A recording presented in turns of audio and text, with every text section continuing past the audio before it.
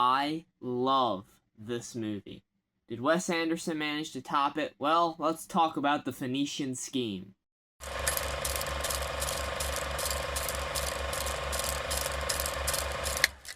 Hey guys, AGYT Abbott here. Welcome to my review of Wes Anderson's new film, The Phoenician Scheme. This is a movie that I was looking forward to for a while now because I love Wes Anderson movies. I've seen, I think half of his films I still need to see, like ones like Bottle Rocket, Rushmore, Darjeeling Limited, Life Aquatic, Moonrise Kingdom, and another one there, Royal Tannenbaums. But all those other ones I've seen, I loved Isle of the Dogs. I loved Grand Budapest Hotel was pretty great. Asteroid City is the weakest one I've seen from him so far, but I still really, really like it. Then, of course, you have my two top favorites, The French Dispatch and Fantastic Mr. Fox. And I was really looking forward to this because Wes Anderson always goes all out with these movies. He is very stylistic. He has these great casts in his movies, and he is back with another banger here. We have Benicio del Toro. We have a newcomer here, Mia Threepleton. I'm sorry if I'm not saying that right, but she's actually the daughter of Kate Winslet. I was surprised to figure that out. She's great in this. You also have Michael Cera, Bryan Cranston, Tom Hanks, Jeffrey Wright, Scarlett Johansson, Rupert Friend. Really, the list goes on and on and on. It's an incredible cast here.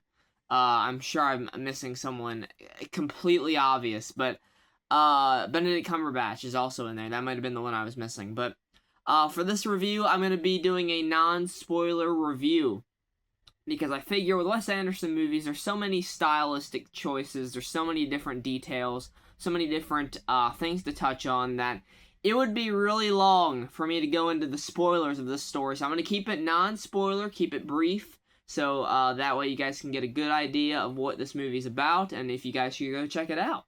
So, this movie is about Zsa Zsa Corda, who's played by Benicio del Toro.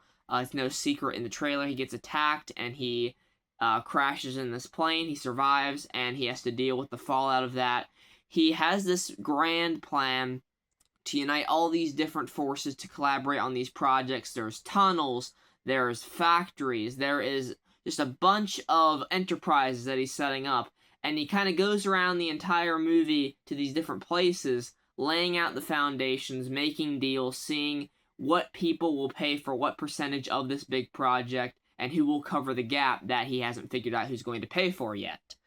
And I was really engaged in this movie just right from the first minute of this movie. There's a score in this movie. It's just like this, it builds this tension throughout the film. And I really, really dug the hell out of that. The score in this movie is great.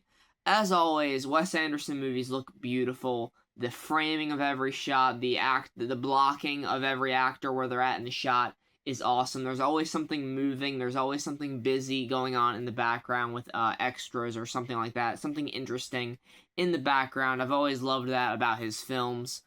And, yeah, this one is another knockout of the park for Wes Anderson, in my opinion. I really found myself enjoying this movie. It is comedic, it is wacky, it's completely random. There is a running joke throughout the entire film where they have these hand grenades with them, and then they'll say, "How about a hand grenade?" And he's like, "You're very kind," and they take it.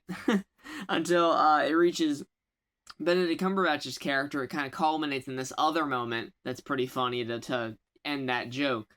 There's definitely some repetition to it, you know, not to say that it's not funny by the time we reach the end of that joke, but it does kind of get less funny each time, and there's also dialogue that gets repeated later on in the movie. So, definitely some repetition there that I guess would get on some people's nerves. It didn't bother me too much, but if I had a little bit of criticism, that would be one.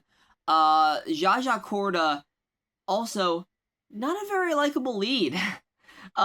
Very justly so. He's not really supposed to be a guy that you're rooting for. He has 9 boys and a daughter named Liesel, played by Mia Threepleton. She has a friendship, and later on, you know, it blossoms into something a little bit more.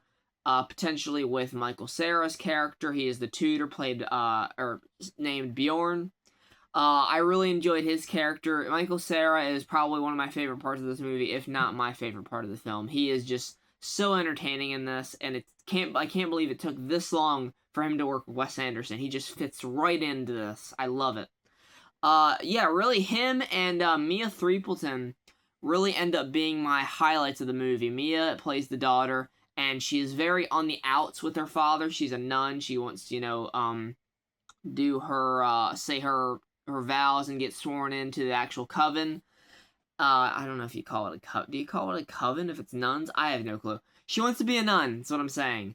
And that contradicts with her father, who is just, he doesn't really accept moral values, human values. He's like, look, I don't need human rights. And this is really, he's a very profound character where he's just trying to get this done, get this deal set out before he dies, because there's been multiple assassination attempts on his life, and he's not trying to die and then this whole plan go to waste, so he's kind of trying to pass on some wisdom to Liesel, and I thought the father-daughter dynamic there was pretty funny, pretty humorous, and in the end leads to, I guess it might, I don't know, it's not disappointing, it's just, kind of, I don't know how to describe it, but the way the movie ends, it's like, oh, okay, I understand.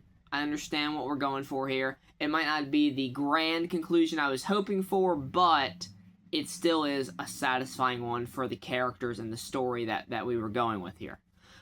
So overall, guys, I really dug the hell out of the Phoenician Scheme. It's one of my favorite Wes Anderson films as of right now. I still need to watch those other 6, but yeah, maybe when I watch those other 6 someday, I will do a Wes Anderson ranking. I don't know when I'll get around to those, but maybe sometime soon, and I will do a Wes Anderson movie ranking for you. So yeah, that's gonna be my thoughts on the Phoenician Scheme. I'm giving it an 8 out of 10. I really enjoyed myself with the actors, the comedy, the scenery, as always, is great. The story kept me engaged. The emotion is there between the father and the daughter character. There's also some interesting stuff that they do with these kind of dream sequences that involve, like, Willem Dafoe. You also got Bill Murray in there playing a great role that I wasn't expecting. And, yeah, I had a blast with it. As always, Wes Anderson, you don't disappoint, man. You don't fucking miss. So, hope you guys enjoyed the review. Let me know what your thoughts were on the Phoenician Scheme. Next up should be my ranking of all the movies that I watched in May, the new releases. And, yeah, next week we have Ballerina coming up, as well as potentially, if I get to watch it, I'll do a review for Bring Her Back, the new A24 film from the directors of Talk to Me. So, be on the lookout for that. Hope you guys enjoyed the review once again, and take care. Goodbye.